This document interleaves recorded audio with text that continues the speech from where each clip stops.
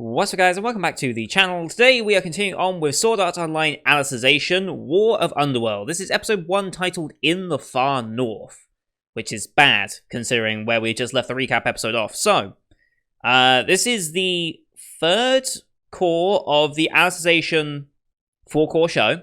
This aired in, when did this air? This aired fall 19, so it started October 13th, ended December 29th. So this was before I started the channel, and we are doing this to catch up with War of Underworld Part 2, which was meant to premiere this season about a month ago, but was delayed due to COVID and is now premiering sometime in July.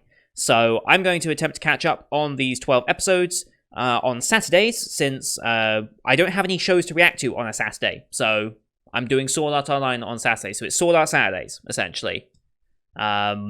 In an attempt to catch up. As long as I do 2 episodes a week, at least, I should be fine to catch up. Depending on how much I'm enjoying it, I might even do 3 episodes. But I've also got to remember that tomorrow, on Sundays, I have to put out 5 videos. So I might take it a little easier and only do 2, just for my own sanity. But yeah.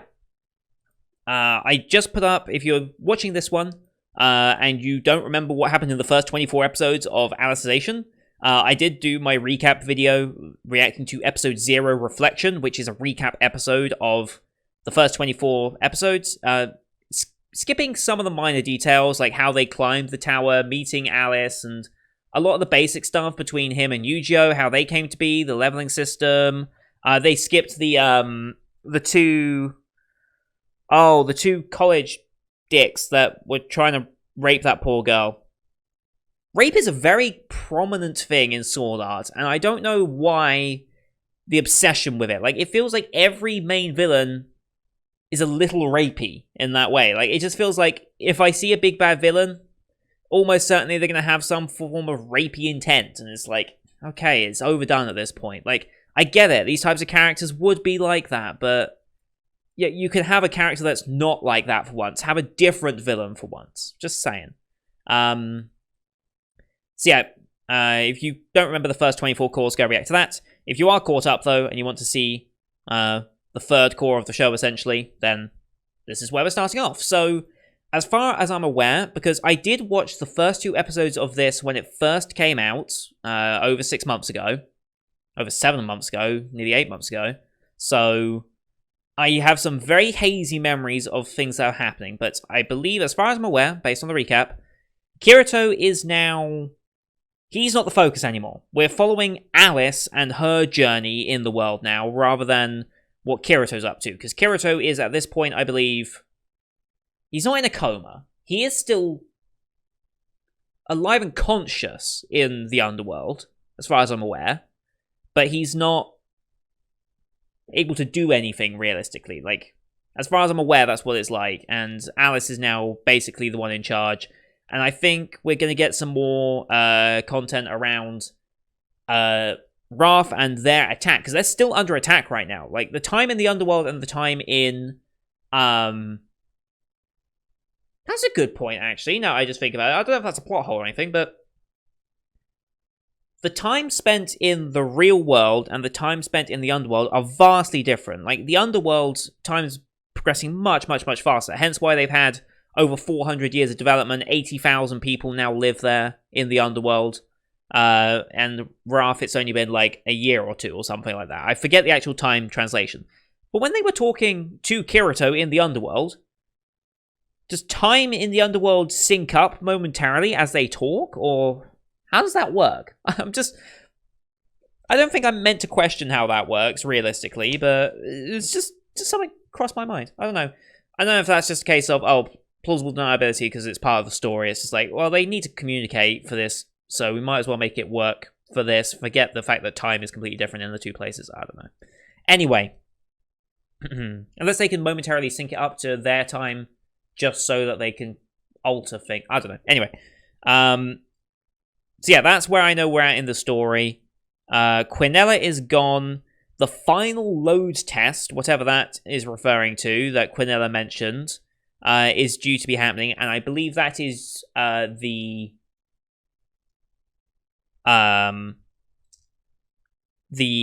what is the name of the... it's the Dark Territory, right? I believe. They're going to be invading the human empire, essentially.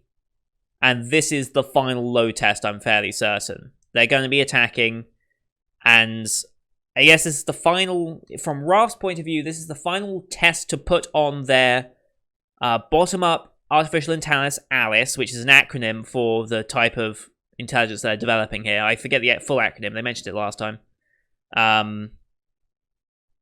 This is the final test of that, and Kirito's main intention this whole time has been to meet up with Alice and help develop this AI that's capable of killing, essentially. Like, they want to create an AI suitable for combat. I mean, this is what happens with all new technology. Okay, we've got this new technology idea. Okay, cool. How can we militarize it? Like, it's a shame, but that is how things happen. If you develop something new, immediately, how can we make it a military-based thing? Like, it's like, we've discovered gunpowder. It explodes when you ignite it. Cool. How can we use this to kill other people? Like, oh, we figured if you attach string to this bow, you can launch things at it at rapid pace. Cool. How do we make these things lethal to people? It's just, every invention has to be militarized in some aspect. Like satellites, computers, it's like, everything goes militaristic. Anyway, I'm going to stop talking, because we've got to actually play the episode here, and I don't want to talk way too long, because it's already been too long. I don't really have much to say either. So, if you're new to the channel, hi, welcome. I'm British Guy Who Reacts to Anime. In the bottom left of the screen, around about here-ish, you're going to see a timer for the episode. This is so you can sync it up with the footage that you're watching. I'm watching this on Crunchyroll. Since this show came out a long time ago, 6 months ago, it's free on Crunchyroll, so you don't really even need to have the subscription to watch it, as far as I'm aware. It's been a long time since I've watched Crunchyroll shows without a subscription, so I don't know exactly how it works. I assume you can just watch the episode, though. That's the version I'm watching. That's so you can sync it up with me. I'll count us down 3, 2, 1, play, and then as long as you press play when I press play, you'll be pretty much synced up with where I'm at. I used to do subtitles and a bit of the background screen at the bottom of the video, but Molebeat does not like that. And other copyright holders will probably not like that either. So for the sake of keeping this channel alive, because this is the second iteration of this channel, we're just not going to do that. So it's just the timer for now. I know that makes it hard for people that are trying to sync without the exact same copy of footage that I have. But realistically, you should be watching these types of versions. These are, unless you're watching the original Japanese broadcast with subtitles over it, then yeah, that's the only other way to do it. So, with that said, I'll stop talking and actually watch the episode here now. Yeah. Alicization War of Underworld. Here we go in 3, 2, 1, play. October 21st, 380 HE. This is... okay. That's Alice's Dragon Rider thing, isn't it? And this is Alice, isn't it? Yeah, she's got the patch. So yeah, 380 is after the events of Quinella.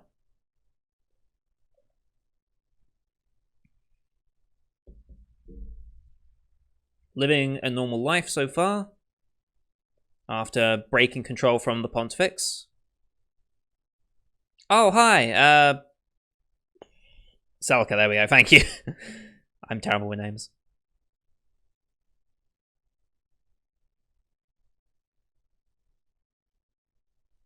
Oh, okay.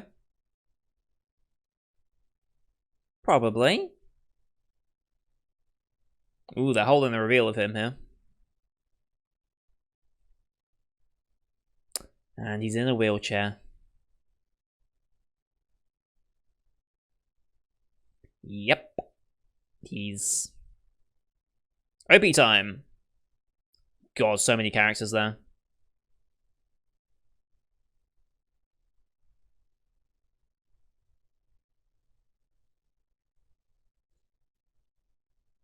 Asuna busting through.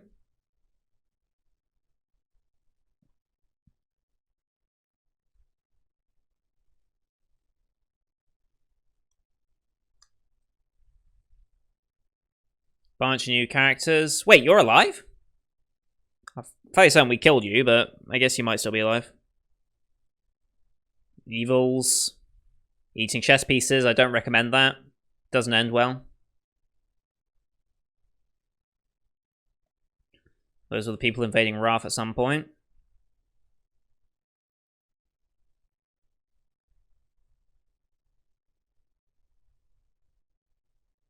And there's the war.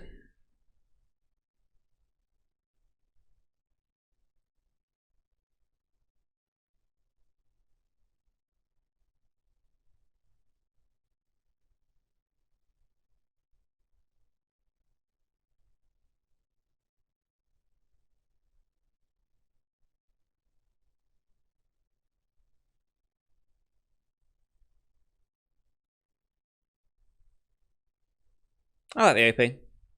Good OP. In the far north. I also love how they've actually kept the same titling theme ever since Season 1, basically. I do appreciate that. Consistency to the brand. Yep. But doesn't want to leave his sword.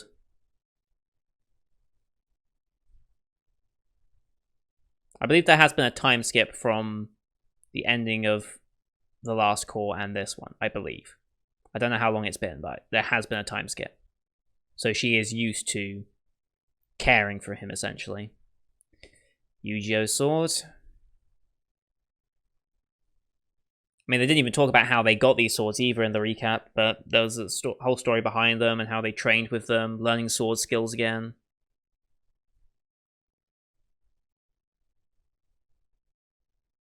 Hello, dragon mount. You're probably not a dragon, you're probably some other type of wyvern or something, I don't know, but... Well, naturally. I'm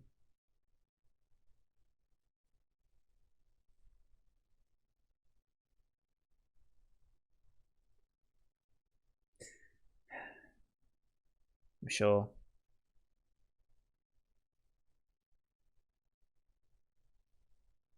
Very pretty landscape.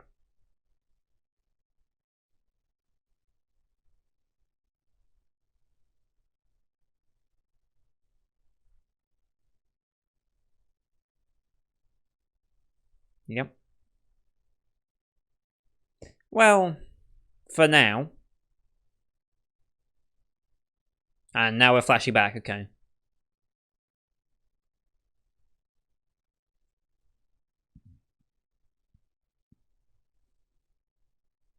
And that's why he's like this now.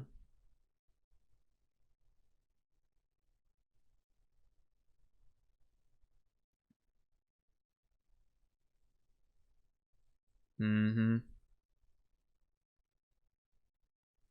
And here it comes. Blast from the heavens.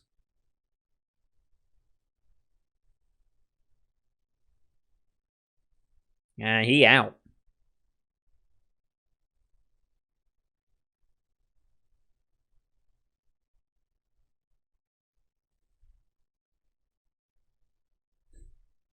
He'll see them, but that's all he's doing. Oh, he is live. There he is. I forget what your name was. Yeah, the one that she fully respects, anyway.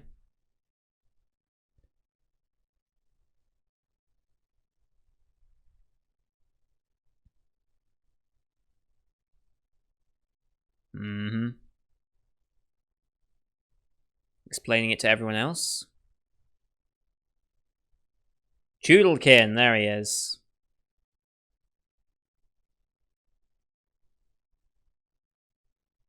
Is he going to justify it to them? Okay, he is going to straight tell them.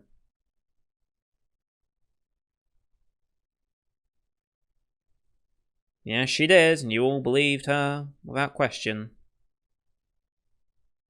Bekuli, there we go.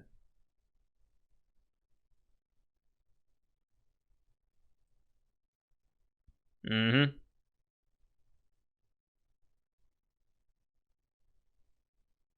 The final stress test. It'll be over.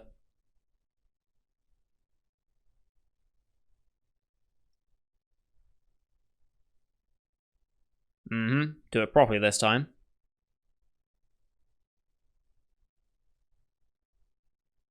Actually have not just Integrity Knights, but the masses as well.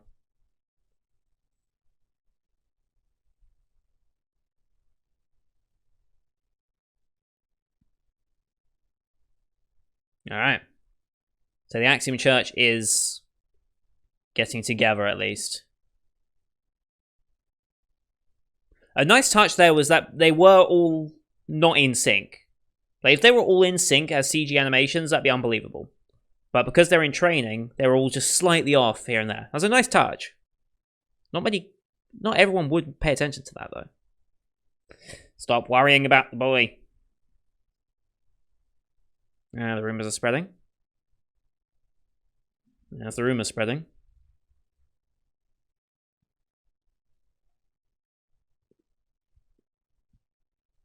They still believe him to be an enemy. They don't see it for the greater good here.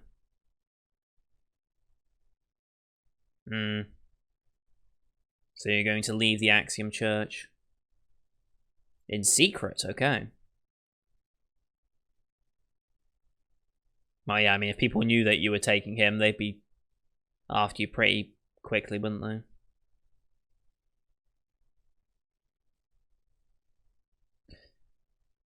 Right, okay, we're going back to the first village where we, kind of woke up.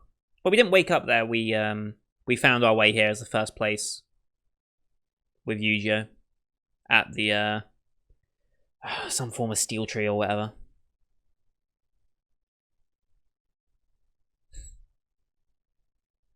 Not a stranger. Well.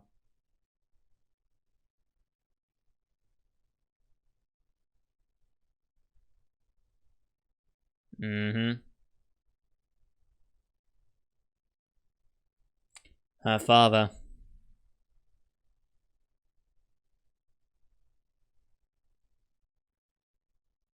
There he is.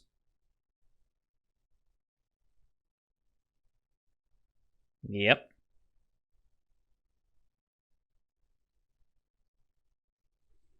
Yep.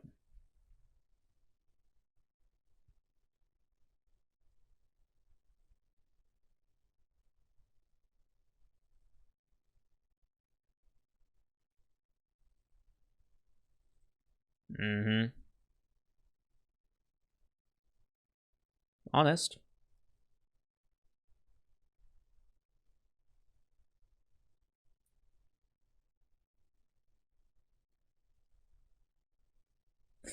Yeah.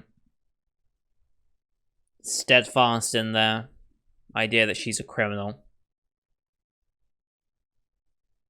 They can't go against the taboo index.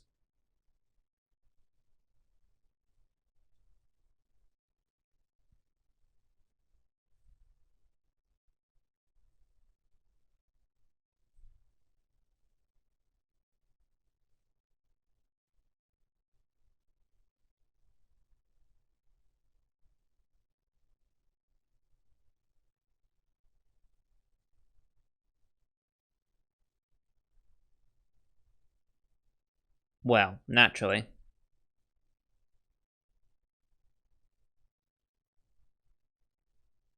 Oh boy, here we go.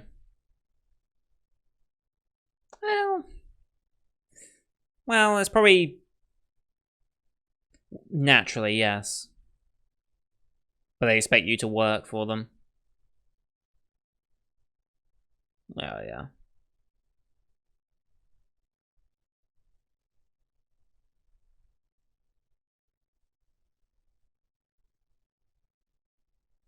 I suppose.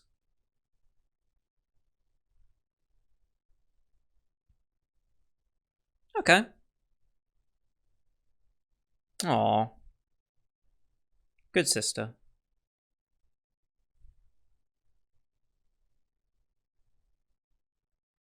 Oh.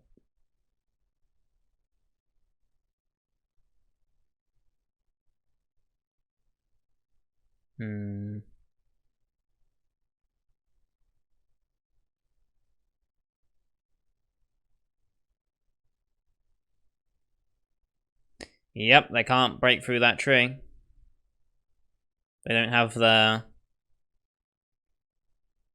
They don't have the... I forget the name of the levels, but you have the skill system. That comes from basically every game ever.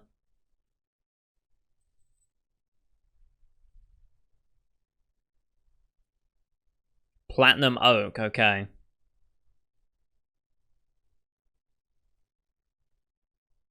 They'll probably be doing the minimum 1 damage to it or something. Just this once, aha, sure. With a face like that, I totally believe. But she's just like, screw it. Especially with a mustache and facial hair like that, I mean. And that especially. There it is. The system. Yeah, the durability and stuff, okay. She gonna take the sword, I guess?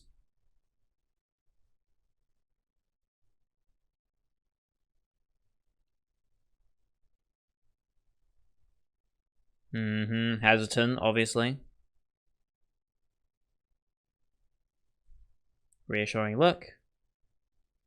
And he relaxes.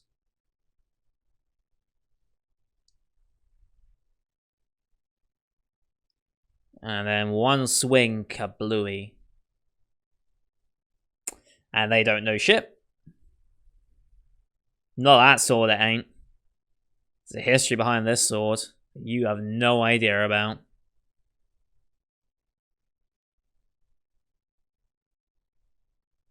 That sound design, though, I love it. Nope. Just keep an eye on it.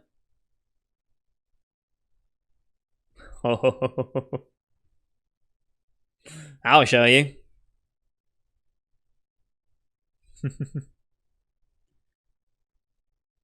Why does no one run sideways? Like, whatever. Alright, there we go. Afraid at the side, not quite as powerful. Not sure if that's meant to mean anything. But it's not a perfectly clean cut. Sure.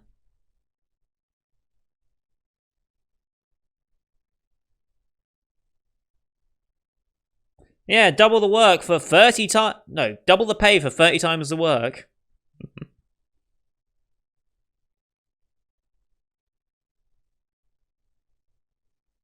Well, he didn't actually agree to pay.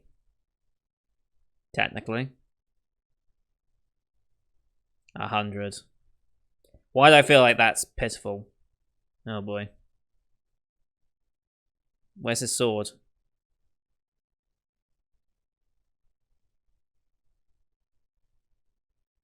Oh, you're going to invoke some wrath here. You've made her angry. Don't just take someone's sword like that.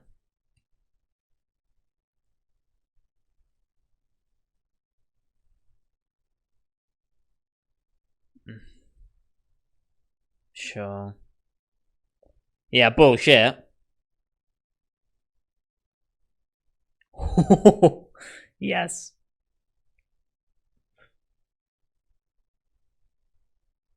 Very much is. He just took a guy's sword.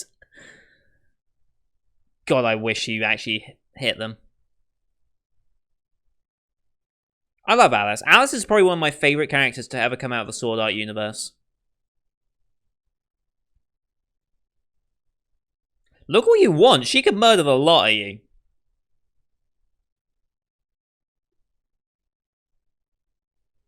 Yeah. You're saving their asses and they don't even know about it. And they still look like that.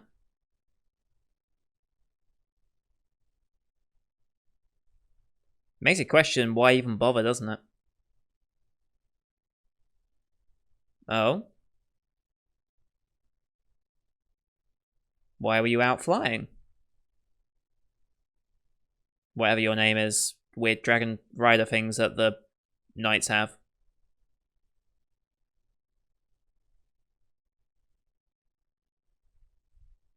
Amayuri, okay. Fat ass. I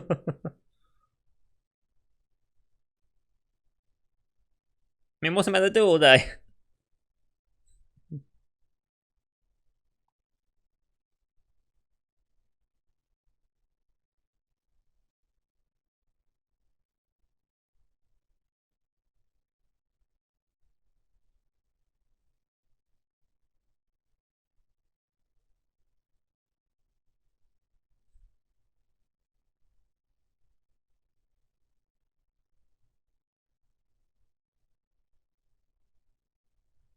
Hmm.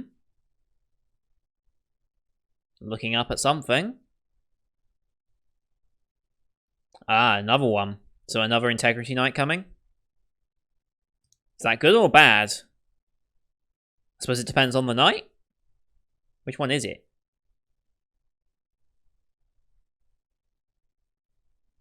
Okay, so you know who it means.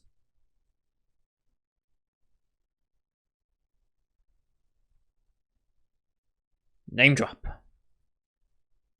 31, okay.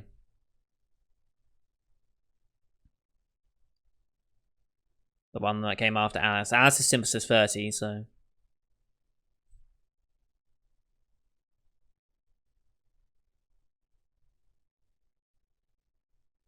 No.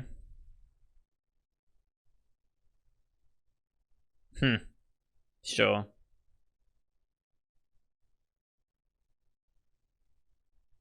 Really? Yep, final stress test is on its way.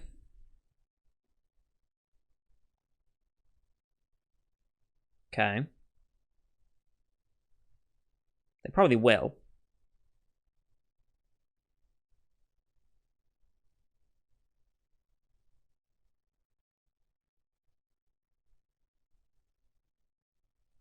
Okay.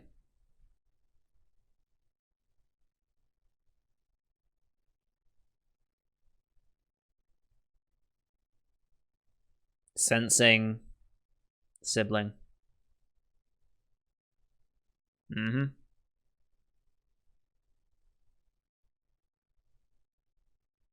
Return. Yeah.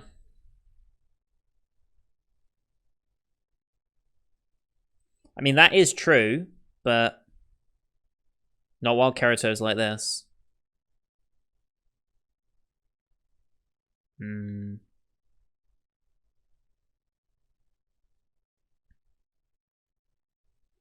You still don't get the idea that the Pontifex was evil? You still don't understand that he saved you all? Do so, you lose your life. Mm-hmm.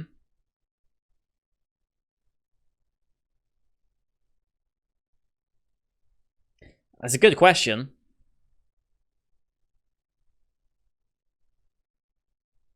Far stronger than any of you. That's complicated.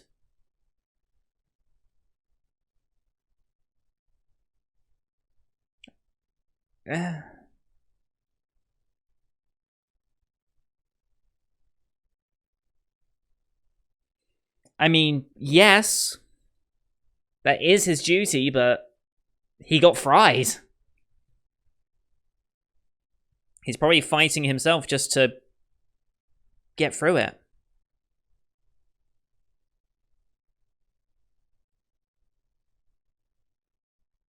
Hmm.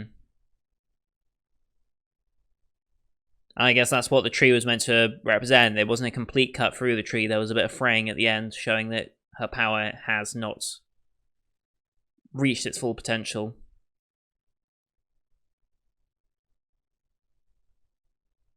Mm-hmm. Deep respect for that, at least. Mm-hmm.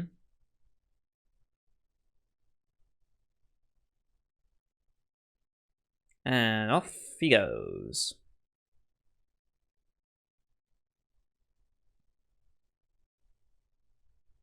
ED, okay. Not getting national ED, we're getting the music over the anime. Cool.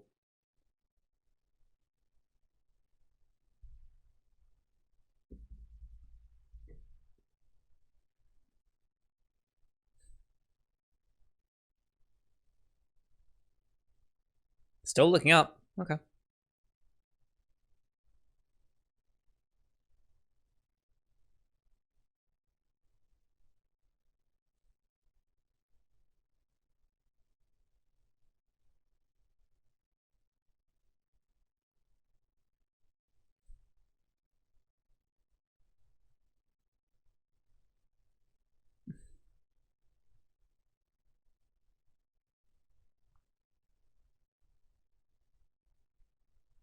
You have a feeling your hand's going to be forced regardless of what you want. Ooh. Nightmare.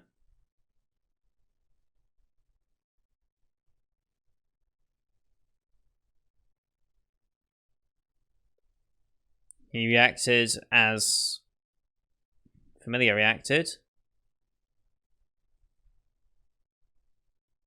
What's happening?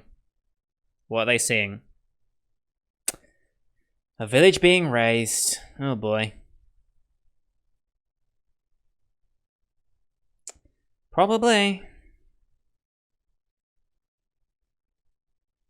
Yep. Raids. Yep, the village is being raided. As expected, pretty much. Alright, well. Well. Okay then. Well, I've got to remember to turn autoplay off because I don't want to go ahead to the next episode just yet. Right, okay. So we've established where we're at. Alice is losing her will to fight and her strength to fight. She's not sure of her convictions anymore, obviously. Because ever since she's awakened, I guess you could say, from her Synthesis Integrity Knight version, she's had Kirito there for the most part, helping to guide her. She doesn't have that now. She's the one that's helping Kirito. And she just doesn't know how to move forward from that because, as far as I'm aware, she's meant to be this AI that is meant to be changing the ultimate goal of whatever Wrath is up to, which is creating an artificial intelligence capable of killing.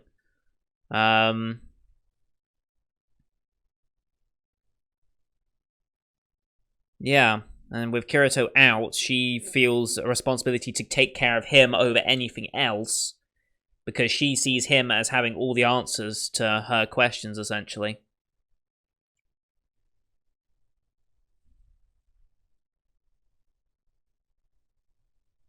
Now the question is, why did he react to what was going on out in the village? Like, I assume that's why he had that sort of reaction as to what was happening. Is he, like, more linked with the world now that he's been shocked inside of it like this? I don't know. I don't know what that was meant to imply, the fact that he could detect it. I don't know if that's just for the sake of storytelling or if there actually is a reason why he's now able to feel the events of what's happening around him. I don't actually know what the motivation for that is. Maybe we'll see. But it looks like Alice has to fight. So she's going to find her reason to fight here. Well, the reason to fight here is to protect her family and protect the people she cares about. Question is she going to see that as enough? I don't know. We also haven't had anything on the Wrath's side of things yet on the Ocean Turtle. So we'll get to that at some point, I imagine. And see what's going on there, because, well, in theory, if they're being invaded by whatever military government organization, like, I can only assume that the people invading the Ocean Turtle right now have got to be some other country or group of countries' military or governments tasked with either destroying the research that they've made so far or capturing it for their own. Because this is very much technology that whoever controls it would be able to win any battle they so see fit, basically. They could create armies of millions of artificial soldiers that will just be like, as long as you can keep producing them, you've got the flux lights to do it. It'll be expensive, to be fair, but yeah, you can just throw them wave after wave into people and eventually win the wars that you're undertaking. So it begs the question, who's doing it? Because it seems like we're not just doing generic characters. It seems like there are some real characters to flesh out for this. Because we saw the guy with, it was in the recap episode, he had like blue marking on his face, like a blue scar on his face. So I assume we're going to see him. Like most of the soldiers that they portrayed going in, cutting through and all this, they were like fairly generic looking military people. Then you had... There was two characters. There was one with a blue scar, and there was one that had a more defined face that looked more... Well, that looked less generic, and actually seemed to have a different hair color, and seemed to have a slightly different look to him, that seemed to make him out to be a bit more important. So I assume they're going to come into some way. But didn't they abandon the main... They're abandoning the main room and taking Asuna and such up to some other place in the Ocean Turtle, I believe. So what does that mean for controlling what happens in the Underworld? Do they still have control of the Underworld at this point? Are the enemy going to have control of the Underworld? What could that mean? What can you do to the Underworld from your outside perspective? Because we know they're doing a stress test, which is ultimately what is this whole Dark Territory thing for.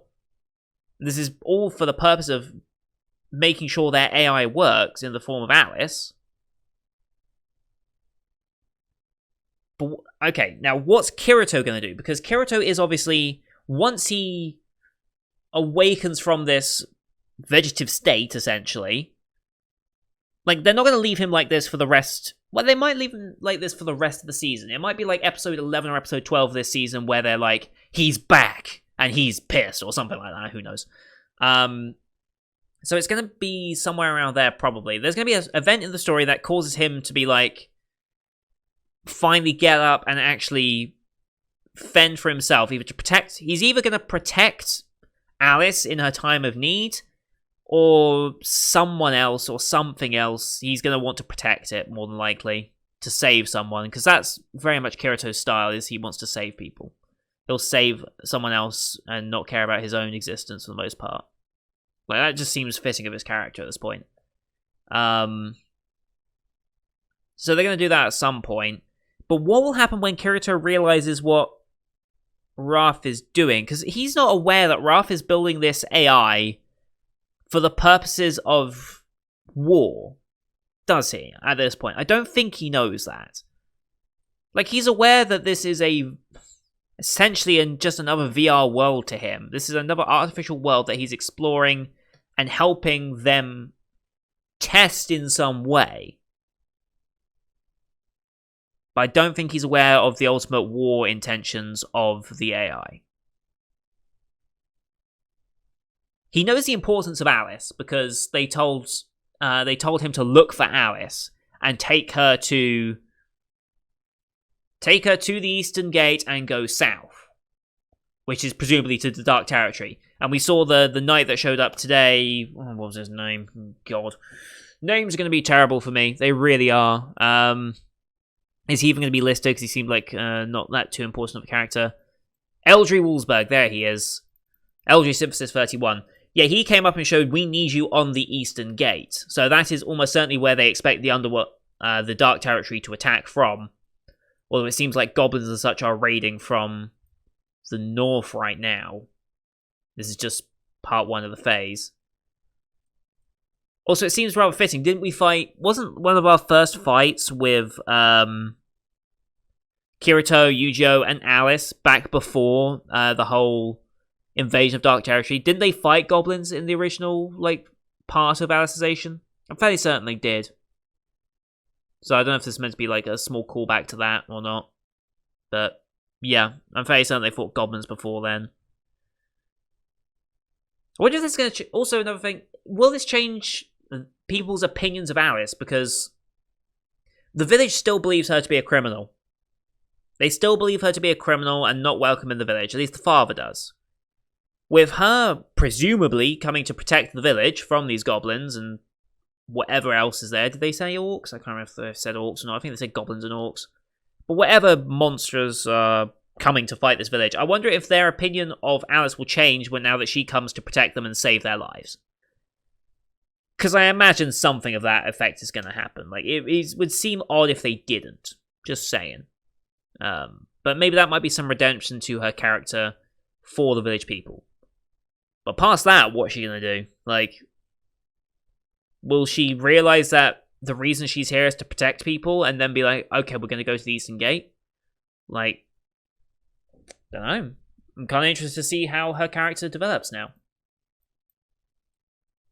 But yeah, it felt weird to not have Kirito take a leading role in a Sword Art story. It feels strange. Can't say it's bad. It just feels strange. So, yeah. That said, that's going to do it for today's episode, guys. Thank you, everyone, for watching. I hope you enjoyed this one. Leave a like if you did, as per usual. Helps grow the channel out, which is more important now than ever. Leave your comments what you thought of the episodes and the points I've raised during all of this. Obviously, no spoilers, because this season of War of Underworld that I'm reacting to has already concluded at this point, and we're waiting for part 2 in July. So, no spoilers for what's about to happen, please, and thank you. But yeah, let me know your thoughts if I'm saying anything that is a misconception, that I'm assuming something that actually isn't true, that is actually already been stated, because I will make mistakes on things, especially a series like this where it's like there's a lot of content to pull from that I'm like, I might be misremembering something, or anything like that. Don't forget to hit subscribe as well to see the next episode, which will be episode number 2, coming out on Saturdays. This is a Saturday show since I don't have any regular shows from the Spring 2020 season to react to on a Saturday, because I dropped Wave, I dropped Listeners, I dropped, was it Bungo Alchemist or something? I think it was the other one. So I'm doing Sword Art Saturdays just to catch up for the July release of part 2 of this. So that's the plan. Subscribe to see next week's episode, as well as the rest of the Spring 2020 season that you can find on my channel. Tomorrow is going to be a big day. 5 shows, 5 of the bigger shows of the season as well. You've got Arte, which is probably not one of the bigger ones, unfortunately. Kaguya, Sing Yesterday for me, very underappreciated show. Adolescence of Bookworm, and Villainess, of course, Baccarina. So, thank you everyone for watching, and until next time, see you guys later.